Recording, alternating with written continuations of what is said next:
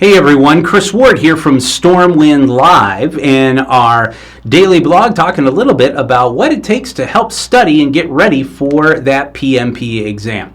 Probably the first thing that you'll need to understand is that the exam has changed from the past. As recently as August 31st of 2011. It's now been a few months when I'm recording this, and people already are starting to notice that there are some changes and some things to focus on. The first thing that we're going to look at, obviously, is the fact is that there's no longer going to be 6 domains. There are now going to be, you got it, 5 domains. And the reason why is that they took out the professional and social responsibility as a domain and instead moved the questions into the other 5 processes, which follow, it makes sense, the 5 core process groups: initiation, planning, execution, monitoring and controlling, and closure.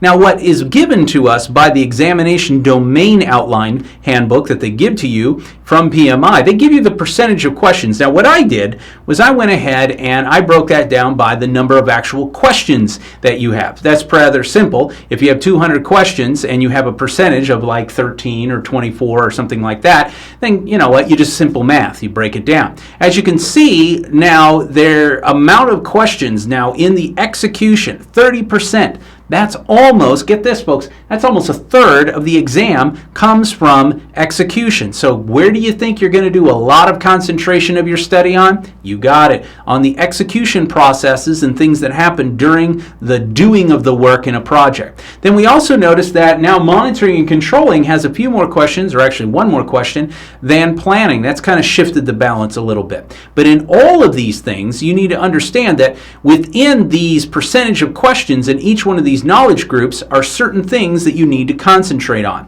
Now, if we take a look down over here at the examination domain sheet that is part of PMI's website, you can go to PMI's website and look on the examination, PMP examination domains. It will bring up this little PDF that you can look at. Now, take a look at this, and you can see that it says that initiating the project is going to be 13%. We saw that, right? We just saw that on the previous slide. And now what happens? What is going on during that 13%? Well, here are all the tasks that PMI says needs to take place for a successful project. And this, folks, is gold. See this down here? This is what you need to study. This is what you need to concentrate on, both in the PMBOK and in the what I call NIPS, or not in PMBOK things. And the reason why is because obviously you want to make sure that you're concentrating on the areas that make the most sense, right? Instead of worrying about all the different type of things that can go on during the initiation of a project, well, you just simply look down over here and say, wow, okay, I've got these things I need to study for. Cost-benefit analysis, how to select the right project. You use net present value, internal rate of return, or payback period, things like that. So that's going to make it really cool when you are studying, because now you know the exact skill sets and skill things that you're looking for overall, right? Okay, next, what do we do and what are the types of questions? Let's take a look at those. First off, the types of questions that you're going to see are going to be different. Most of them are going to be not your, what I call just a memory brain dump, where you go, I got to recall what is the number of items on a list. Okay, and you don't have to do that. Instead, there's going to be a lot more of what they call situational questions. Situational questions, of course, require you to look at the entire question and kind of say, okay, what are they asking?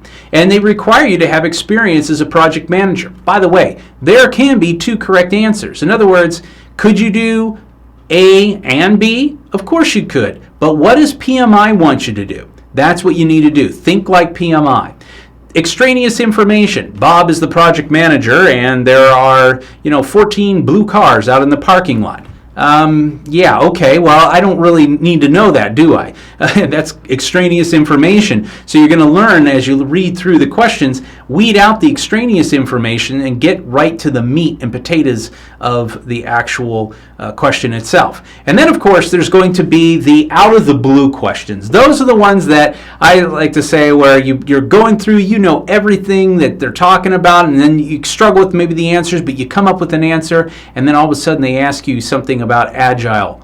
And you're like, oh, I thought this was a PMP. I didn't know that we were going to... Well, guess what? They're testing some out-of-the-blue stuff, and it might be one of those 25 pre-test questions that are a part of getting ready for the actual exam. So, some things to think about there. is don't be scared of the out of the blue questions. Don't be scared if something comes out and just knocks you off your seat there. Answer the question, go forward, and you will do just fine. Now, there is going to be here, and let me bring it up here real quick, the actual application for PMI's PMP. If you haven't already done so, wanted to show you where you can do that just by going here to PMI's website. I brought it up on my screen down below, and I'll just walk you through it. Make sure that you click on, once you go to PMI.org, click on certification, then click over here on the right, the PMP, Project Management Professional. I mean, you can apply for a whole bunch of other things if you want, but that's the one you want. And then once you're ready to apply, click here, ready to apply, register, log in to get started. It is a great thing for you to be able to come in and just utilize the web-based application. Now, can you do a paper app? Yes, you can. You can request that from PMI. However, I highly suggest that you use the online because it takes about 8 to 10 hours, and if you get interrupted, you can save where you're at and come back and finish it up a little bit later. Well, thanks for joining us for this brief look at some of the areas you need to study. Make sure you check out PMI's website for more information at www.pmi.org.